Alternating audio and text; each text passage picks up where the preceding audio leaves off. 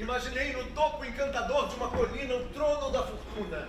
Na base, gente de toda a natureza que batalha no peito deste globo para ampliar seu alcance. E entre eles, olhando todos para a soberana, a um empresta o aspecto de Timon, a quem a fortuna chama com a branca mão e cuja bênção transforma seus rivais em criados e escravos. Essa ideia de trono, fortuna e colina, eu creio, com um homem posto acima dos demais, subindo a encosta com a cabeça baixa até a felicidade, expressa bem a nossa condição. Tem mais, senhora. Todos que antes eram seus iguais, ou de mais valor que ele, no momento seguem-lhe os passos, e em seus ouvidos chovem lamentos, beijam-lhe os sapatos, respirando o ar que ele expira. E daí?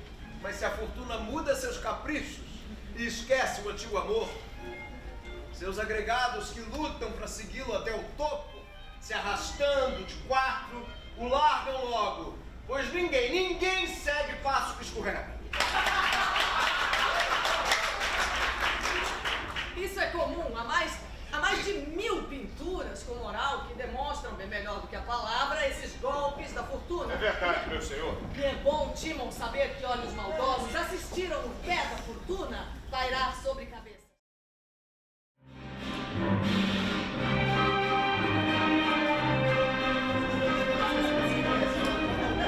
Honrado Timon! Nobre Timon! Oh, nobre Antídios!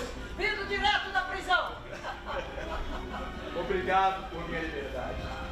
Mas lembraram-se os deuses da idade de meu pai e chamaram-no para a longa paz. Ele partiu feliz e eu fiquei rico. A virtude de ser grato me prende ao seu bom coração, Timon. Eu devolvo o seu dinheiro, agradecido pela ajuda. Não, Antídios, enganou-se no meu amor. Se eu dei, foi porque quis. E não há quem possa dizer que Deus se o quer de volta. Que nobre espírito!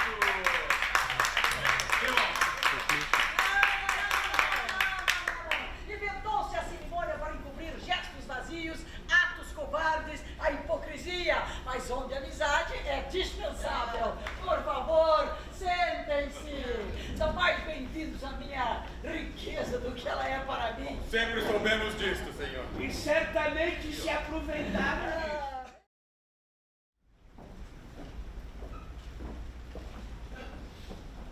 O que me espanta é que não, antes de hoje, me tenha revelado a situação para que eu pudesse só fazer dispensas segundo as minhas posses. Não quis me ouvir, mas muitas vezes... Chega! Vai ver aqui ali tirou vantagens quando eu, passando mal, afastava. Agora sua incompetência arranja desculpas para o que fez. Meu bom senhor, muitas vezes vim trazer-lhe as minhas contas. Mostrei-as ao senhor que as afastou por confiar na minha honestidade. Quando me pedia que pagasse por um mimo, muito mais do que valia, eu chorava desgostosa. Contra as boas maneiras, lhe implorei que fechássemos a mão. Suportei com frequência repreensões se eu lembrava que suas posses estavam na vazante e as dívidas na cheia. Meu ano escuta agora, mas é tarde. Agora falta o que tem mais da metade da soma do que deve. Vendo as minhas terras. Tudo empenhado. Como? Algumas já perdidas. E o que sobra não tapa nem a boca da dívida presente. Como viver agora ao fim? Como fazer nossas contas?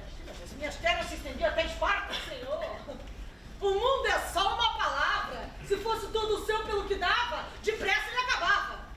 Tudo isso é verdade? Se não confia em mim, não, em meus cuidados, chame auditores dos mais exigentes para pôr a prova. Sabem bem os deuses que quando a casa inteira era invadida por farristas famintos e as adegas choravam, vinho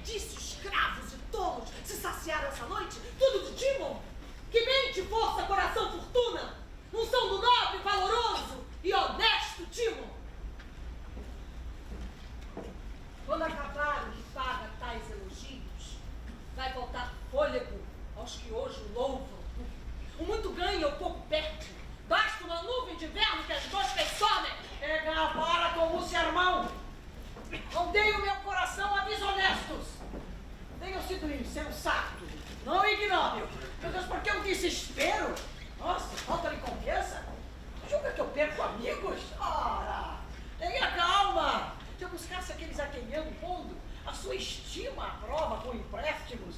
As suas fortunas eu poderia contar facilmente. Abençoada seja a sua certeza. Mas é possível que as perdas que hoje sofro sejam bênção. Por ela se conhece, se testa o amigo. Há de ver como se engana. Eu sou rico de amigos.